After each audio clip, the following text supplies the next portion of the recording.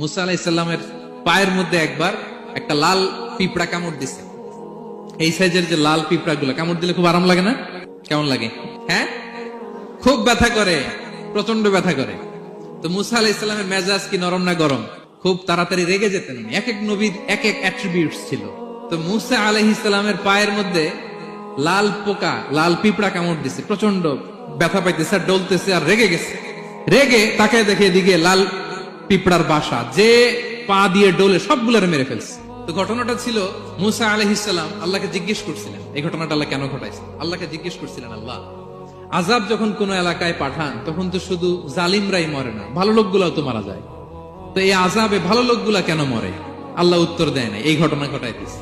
পিঁপড়া যখন কামড় দিছে রেগে সবগুলোর মেরে ফেলছে। আল্লাহ বলে, মুসা কামড় দিছিল কয়টা? কয় আল্লাহ একটা। তো ওগুলোর মারলা কেন? অ্যাকশনে যখন যায় এত কিছু দেখে অ্যাকশন নেওয়া যায় না।